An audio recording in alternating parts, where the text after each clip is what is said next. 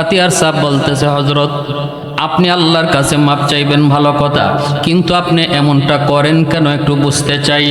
আগে বলেন আপনি কি মাসালা জানেন না? ইনি বলেন হ আমি মাসালা জানি। জানেন যদি কেন আপনি ভুল করেন? তখন তিনি বলতেছেন, হযরত বেয়াদবি মাফ করবেন, দুজনই আল্লাহর ওলি, দুজনই কুতুব। এইবার তিনি বলতেছেন, আমি কেন এমন করি নিজেও জানি না, কারণ আমার তখন হুশ থাকে না। রুকু থেকে সোজা হয়ে যখন দাঁড়াই, সেজদায় যাব, এই মুহূর্তে আমি সেজদার জায়গায় তাকায় দেখি গো আমার মাওলার কুদরতি ফাও দেখা যায়।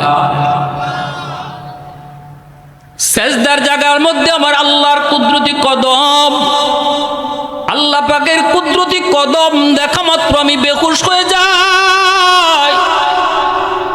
আমি কোন জায়গায় দাঁড়ায় আছি, কতদূর উঠছি, আমার কোনো খবর থাকে না। তাড়াতাড়ি আল্লাহর কদমে সেজদায় পড়ে যাই। এজন্য বলতেছিলাম যুবক, আল্লাহর হুকুম মানার জন্যই শুধু নামাজ না, বরং নামাজের সাথে মহব্বত তৈরি হওয়া লাগবে। নামাজের সাথে যদি তোমার আমার মহব্বত তৈরি হয়, তখনই দেখবেন নামাজের স্বাদ আসবে, নামাজের ভিতরে মজা আসবে। একক তো নামাজ যদি কাজা হয়ে যায়, তখন অন্তরে ব্যথা লাগবে, অন্তরে ব্যথা লাগবে। ভাইরা বন্ধুরা, আল্লাহ পাকের জন্যই বলতেছিল মূসা, না না মূসা উম্মত তোমাকেও দেওয়া যাবে না, বরং তোমাকেও ওই উম্মত বানানো যাবে না, তুমি অনেক আগে চলে আসছো। সুবহানাল্লাহ। আর আমার বন্ধুর উম্মত আরো অনেক পরে আসবে। রুকু থেকে সোজা হইয়া না দাঁড়ায়, কোন রকম একটু সোজা হইয়াই, মানে একটু বাঁকা থাকতেই সেজদায় যায়, নামাজ হবে না। মুফতি সাহেবদের জিজ্ঞেস করবেন, ইমাম সাহেবরা জিগাইবেন, আমরা তো নামাজ পড়ি কিন্তু নামাজের মাসলা জানি না। বহু নামাজি হাসরের মাঠে তার নামাজ খুঁজে পাবে না, কারণ নামাজ হয়ই নেই। আবার বহু মুসল্লি এমনও পাবেন, দুই সেজদা দেওয়ার মাঝখানে যে বইতে হয়, এই বওয়ার টাইমটা তার নাই। কোনো রকম মাথাটা উঠেই আরেকটা সেজদা দিয়া না, দুই সেজদার মাঝখানে বসা হয় না। তো ওয়াজিব ইচ্ছা করে যদি কেউ সাড়ে নামাজ বাতিল, আর বলে যদি কেউ ওয়াজিব তরে করে সহ সেজদা লাগবে। এটা হলো মাসালা। তো কাতিয়ার সাহেব রাহিমাহুল্লাহ বলতেছেন, আমি দেখলাম দরগার ইমাম সাহেব রুকু থেকে সোজা হইয়া দাঁড়ান না, একটু বাঁকা থাকতেই সেজদায় চলে যায়। তাহলে ওয়াজিব তরক হইতেছে, নামাজ বাতিল হয়ে যেতেছে, কত বড় সমস্যা। তো নামাজ শেষ হওয়ার পরে দরগার ইমাম সাহেব যদি কোনো নামাজে একটু ভুল করে বা ওনার যদি একটু সমস্যা হয়, এই কথা জিগাইবার মতো মানুষও তো এমনই হওয়া লাগবো। আমার আপনার মতো মানুষের সাহস হইব? অন্য মুসল্লিদের, সাধারণ মুসল্লির তো সাহস নেই। নামাজ শেষ হইলে পরে হুজরার ভিতরে তিনি যখন ঢুকছেন, তখন কাতিয়ার সাহাবও যায় ঢুকছেন। ঢুকে তিনি জিজ্ঞেস করেন, হযরত আপনি নামাজের মধ্যে ওয়াজিব তরক করে ফেলেন।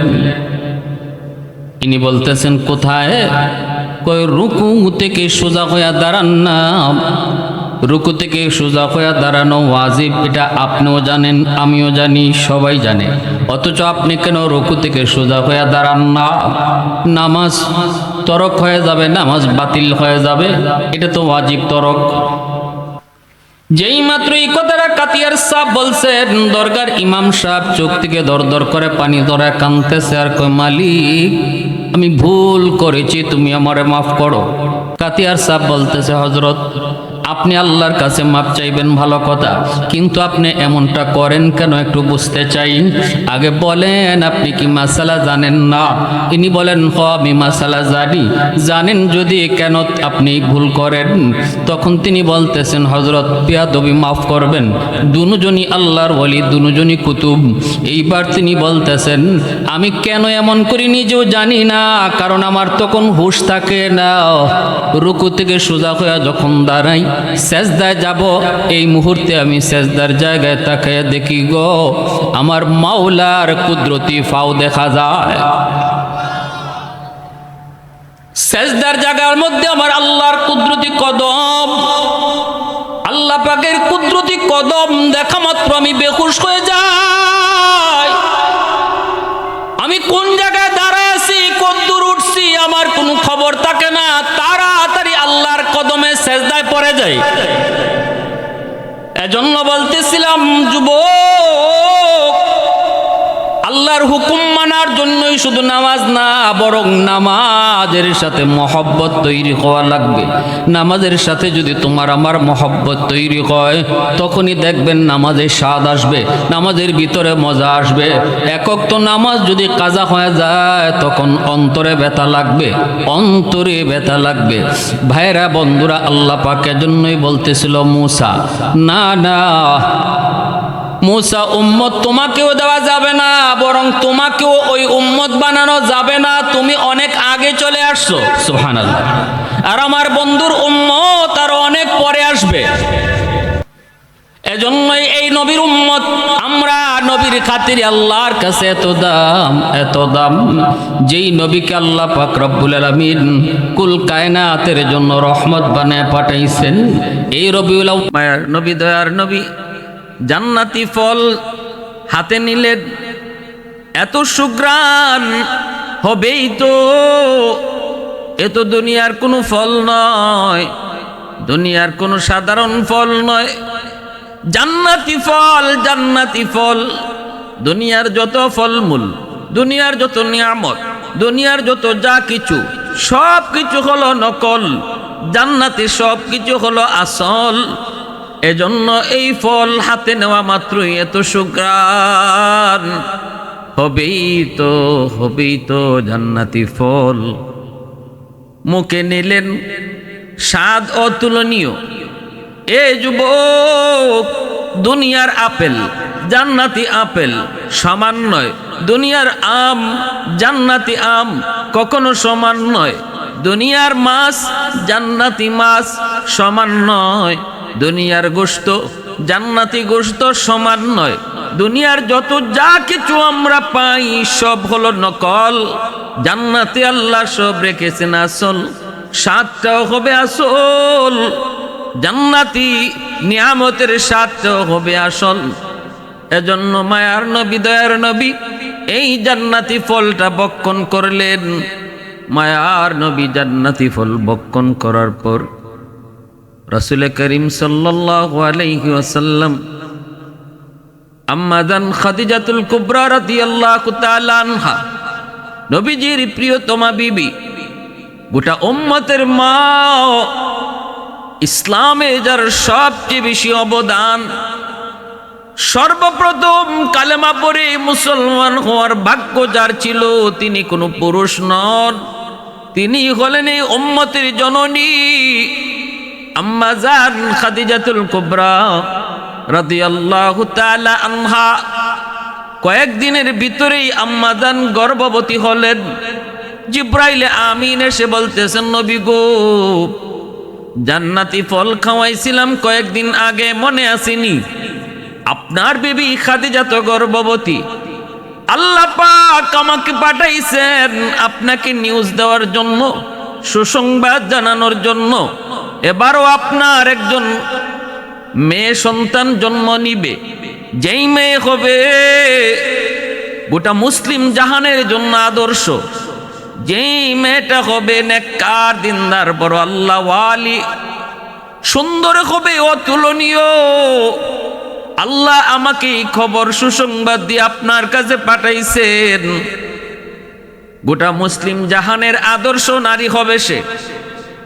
এই সুসংবাদ নবীজি শোনা মাত্রই রসুল খুশিতে আম্মা জানকে যা সংবাদ জানায় দিলেন, খাদিজা এবারও তোমার গর্ভে মেয়ে সন্তান, কিন্তু সাধারণ কোনো মেয়ে নয়, জিব্রাইল মারফতে আল্লাহ জানাইছে গো খাদিজা, গোটা মুসলিম জাহানের জন্য আমার এই মেয়ে হবে আদর্শ, সে হবে একজন আদর্শ নারী, জ্ঞানে গুণে এলেমে আমলে সর্বলাইনে হার লাইনে সে হবে বেনজির বেমিসাল।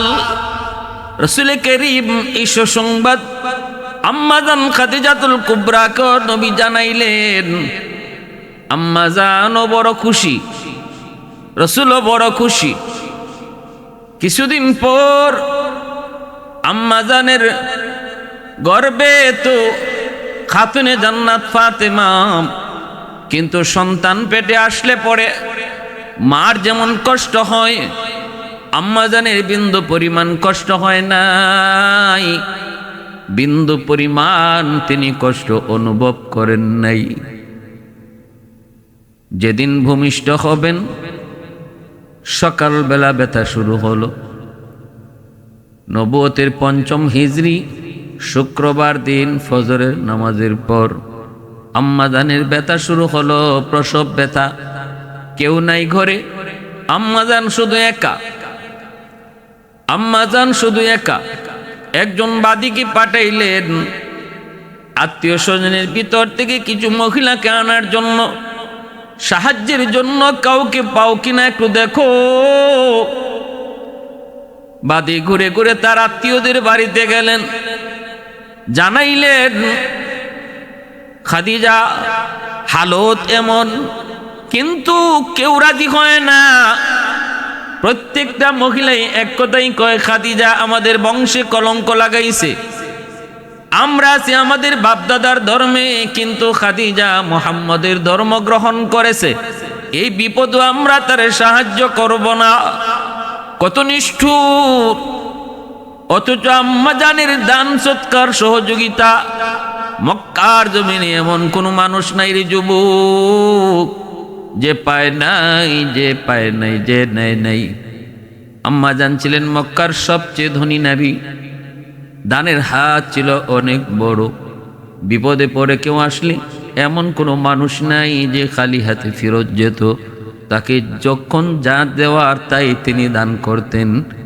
যার কারণে মক্কার বেদিন বেঈমানগুলি যদিও আমার নবীর সাথে দুশমনি করত, আম্মাজান খাদিজাতুল কুবরাকে যদি পাশে দেখত, কেউ নবীর গায়ে হাত ওঠার সাহস করত না। এমনকি রসুলকে কটাক্ষ করার সাহস করত না যদি আম্মাজান কাছে থাকতেন। আবু জাহেলের মতো লোক আম্মাজানকে দেখলে অন্য রাস্তায় চলে যেত। আবু জাহেলের মতো লোক আম্মাজানের সামনে চোখ তুলে তাকায় কথা কওয়ার সাহস ছিল না। একদিন রাস্তায় আবু জাহেলকে পেয়ে গেছেন আম্মাজান। তিনি জিজ্ঞেস করেন, এ আবু জাহেল, তুই আমার স্বামী মুহাম্মদকে কেন কটাক্ষ করো? কেন মন্দ বলো? কেন মন্দ বলো?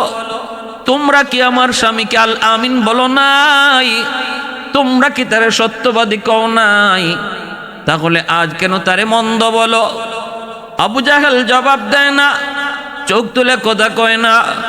কারণ নুন খাইছে যার, গুণ তো গাইতে হবে তার। আবু জাহেল কয়, সময় হলে বলবো। আম্মাজান কয়, ঠিক আছে, সময় হলেই শুনবো। সাথে সাথে মক্কার লিডার গুলাকে তার বাড়িতে দাওয়াত করলেন। আবু জাহেল সহ লিডাররা তার বাড়িতে হাজির। আবু লাহাবও ছিল। আম্মাজান ওদেরকে মন তুষ্ট করে দাওয়াত খাওয়াইলেন, যা চাইছে তাই খাওয়াইলেন। খাওয়ানোর পর ওরা আম্মাজানের প্রশংসা করতেছে। এই অবস্থায় আম্মাজান বলেন, আজ তোমাদের কাছ থেকে একটা কথা নিব। প্রথম নম্বর কথা হলো, আমার স্বামী মুহাম্মদ, বলো কোন দিক দিয়া তার কম, সে কোন দিক দিয়া ছোট, একটু আমাকে তোমরা বলো। কয়, মুহাম্মদের অর্থ নাই, সম্পদ নাই, গরিব। আম্মাজান কই, শুধু একটাই নাকি আরো কোন সাইড তার আছে দুর্বল? আবু জাহেল কয়, আর কোন সাইড নাই। আম্মাজান কয়, বলো তার চরিত্র কেমন? কয়, সুন্দর। বলো তার চেহারা কেমন? কয়, সবচেয়ে সুন্দর। বলো তার বংশ কেমন? কয়, সবচেয়ে ভালো।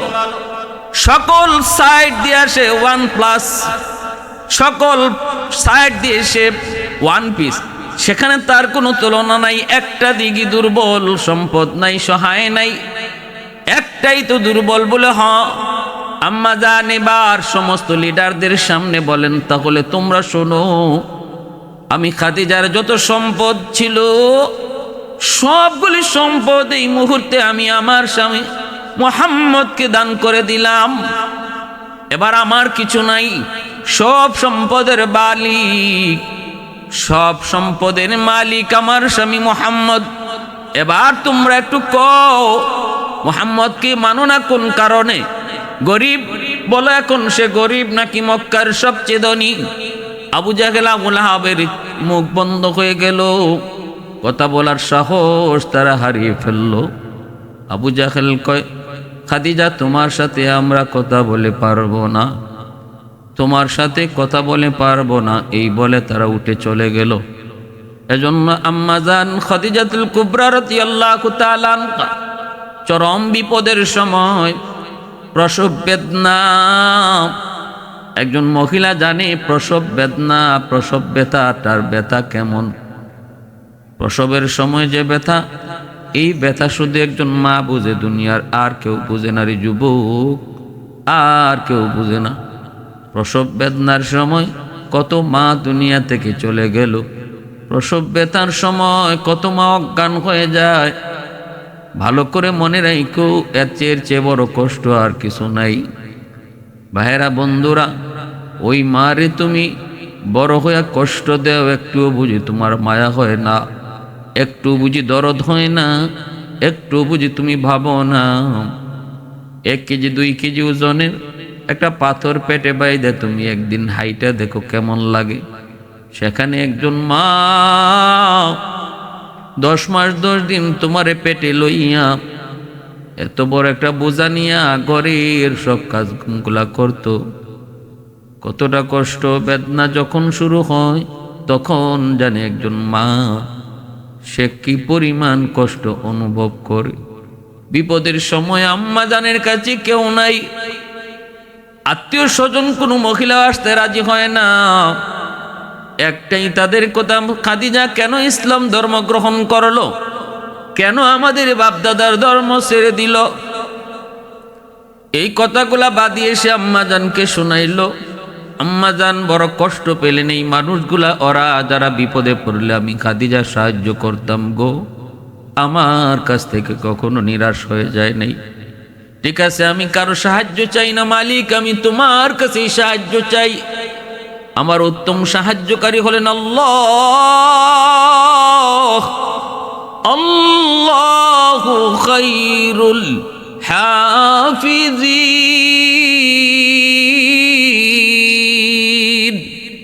আল্লাহই হলেন আমার উত্তম হেফাজতকারী।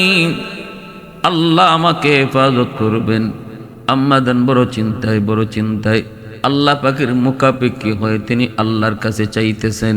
হঠাৎ করে তিনি ঘরে দেখতে পেলেন পুরা ঘরটা আলোকিত হয়ে গেছে। তাকায় দেখেন 4 জন মহিলা, এত সুন্দর, এত রূপবতী, এত গুণবতী 4 জন। তাদের রূপে, তাদের সৌন্দর্যে পুরা ঘরটা আলোকিত হয়ে গেল। আম্মাজান তাদেরকে দেখেই জিজ্ঞেস করেন, আপনারা কে গো? ওই বিপদের সময় আপনারা কোত্থেকে আসলেন, যেখানে আমার আপন বলতে কেউ আসলো না? আপনারা কারা? আপনাদেরকে খবরই বা দিল কে? কে আপনাদেরকে পাঠাইলো আমার বিপদে? একজন পরিচয় দিয়া বলতেছে, খাদিজা ডরায়ও না, ভয় পেও না, অস্থির হও না, বিপদে যারে ডাকছো তিনি আমাদেরকে পাঠাইছে। আহাদুন লাইসা কামিসলিক সামাদুন লাইসা কাফাদলি লিমানিল মুলকু তুগুই তু সাজাওয়ার খুদাই তু খুদা বন্দে ইয়ামিনি তু খুদা বন্দে ইয়াসারি তু খুদা বন্দে জামিনি তু খুদা বন্দে সামাই তু রহিমি তু করিমি তু সামিঈ তু বসিরি তু মুইজ্জি তু মুযিল্লি তু মালিকিল আরশি বজাই বরি আজ চোচেরাই বরি আজ সুরত রঙ্গি বরি আজ ইজ্জ নিয়াজি বরি আজ বিম উমিদি বরি আজ খুরদন ও খুফতন বরি আজ তোহমত মরদন বরি আজ বিম উমিদি বরি আজ রঞ্জ বালাই।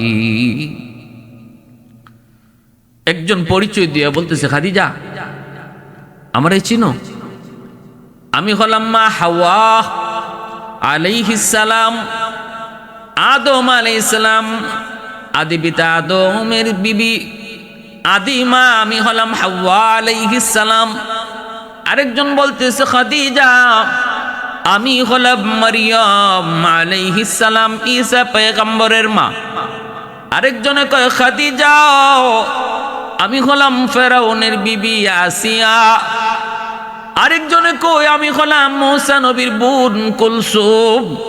এই চারজন আম্মা জান খাদিজাতুল কুবরা রাদিয়াল্লাহু তাআলা আনহার বিপদের সময় হাজির, সহযোগিতা করলেন, ফুটফুটে মেয়ে সন্তান দুনিয়াতে আগমন করলেন, যার চেহারার নূরে তাদের নূরটা পর্যন্ত ম্লান হয়ে গেল, পুরা ঘর আলোকিত হয়ে গেল।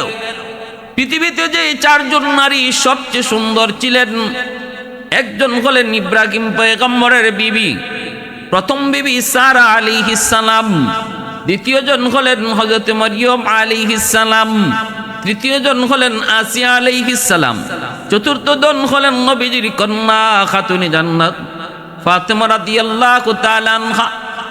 আল্লাহর নবী কয় আমার ফাতেমা এত সুন্দর, তার সৌন্দর্য দেখে জান্নাতের হুররা পর্যন্ত ঈর্ষা করবে।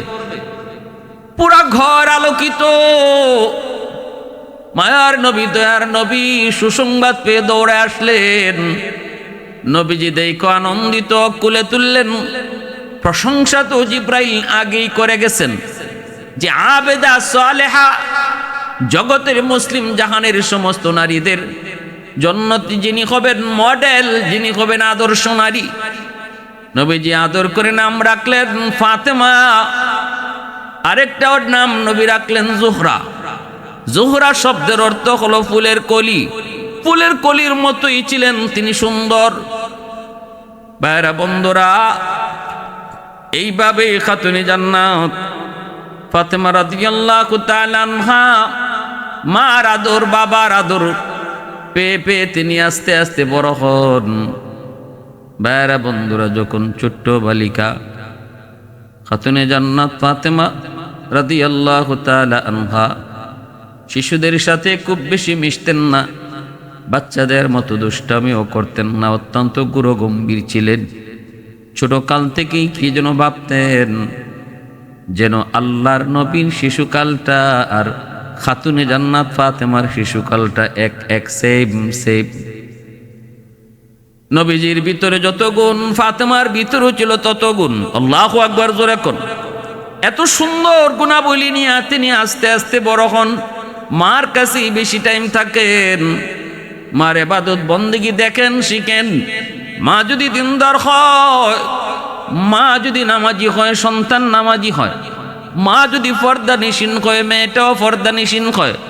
মা যদি কোরআন তেলাওয়াত করে, সন্তানও কোরআন তেলাওয়াত করে। ঘরের পরিবেশে মা বাবার কাছ থেকে সন্তান যা দেখে, যা শুনে, তাই কিন্তু শিখে। ঘরটা হলো সন্তানের জীবনের সর্বপ্রথম বিদ্যালয়। মা বাবা হলো তার জীবনের সর্বপ্রথম উস্তাদ। এজন্য বাবার চেয়ে মার গুরুত্বটা আরো বেশি, কারণ মার আমলটা সন্তানের উপরে বেশি আসর করে। পেটে ছিল মার, এখানেও মার আমলের আসর পেটে সন্তানের উপরে যায় পড়ে। দুধ খাওয়ানোর সময়ও মার দুধ খায়, ওই সময়ও মার আমলের আসর সন্তানের উপরে পড়ে। তারপরে ঘরের ভিতরে যতদিন থাকে বাচ্চা, বাবার চেয়ে মাকে বেশি টাইম দেখে। মা যদি নামাজ পড়ে, এটা দেখে দেখে সন্তানও নামাজ শিখে। মা যদি পর্দা করে, মাথায় কাপড় দেয়, ছোট বাচ্চাটাও মাথায় কাপড় দেওয়া শিখে। দেখবেন মা নামাজে দাঁড়াইলে শিশুটাও মার সাথে নামাজে দাঁড়ায়। আম্মা জান খাদিজাতুল কুবরা রাদিয়াল্লাহু তাআলা আনহা, আমার নবীর কলিজার টুকরা বিবি, আমার নবী মায়ের নবীর প্রিয়তমা স্ত্রী, যার জীবদ্দশায় রাসূল আর কোনো বিয়ে করেন নাই। নবীজির সন্তান 4 জন মেয়ে সন্তান আর 3 জন ছেলে সন্তান। 7 জনই হয়েছেন আম্মা জান খাদিজাতুল কুবরা রাদিয়াল্লাহু তাআলা আনহার গর্ভ থেকে। শুধুমাত্র একজন ছেলে ইব্রাহিম, তিনি হয়েছিলেন আম্মা জান মারিয়া কিপ্তিয়ার গর্ভ থেকে। এজন্যই আম্মা জান বড় ভাগ্যবতী নারী। রাসূলের সকল সন্তানরাই আম্মা জান খাদিজাতুল কুবরার গর্ভ থেকে। খাতুনে জান্নাত মার কাছেই বেশি টাইম থাকেন, মার আমলটাই দেখেন, মার আমলটাই নিজে শিখেন। এইভাবে আস্তে আস্তে বড় হইতেছেন, শিখতেছেন, আমলের প্রতি আগ্রহ। মা, যে আল্লাহর বন্দেগী করি আল্লাহকে কি দেখা যায় না? আম্মা জান খাদিজাতুল কুবরা কয়, মা দুনিয়ার চর্ম চোখে আল্লাহকে দেখা যায় না গো মা। আল্লাহ দুনিয়ার মানুষের চোখেই পাওয়ার দেয় নাই, কিন্তু যদি তুমি নেক আমল করো, আল্লাহরে খুশি করতে পারো, জান্নাতে আল্লাহ তোমার চোখে এমন পাওয়ার দিবে, যেই পাওয়ার দিয়া মালিককে তুমি দেখেও ঠিক থাকতে পারবে। আল্লাহ পাক জান্নাতে তোমার দিদার নসিব করাবে। আল্লাহ জান্নাতে দেখা দিবে, দুনিয়ার চর্ম চোখে আল্লাহকে দেখা যায় না। এইভাবেই মার কাছে তাইকে তাইকে আমলের প্রতি আগ্রহ বাড়ে আর আমল শিখেন ভাইরা বন্ধুরা। কিন্তু বেশি দিন হয় নাই, খাতুনে জান্নাতের 11 বছরের টাইমেই আম্মা জান খাদিজাতুল কুবরা রাদিয়াল্লাহু তাআলা আনহার ইন্তেকাল। অসুস্থ হয়ে পড়লেন, চরম থেকে চরম অসুস্থ হয়ে পড়লেন।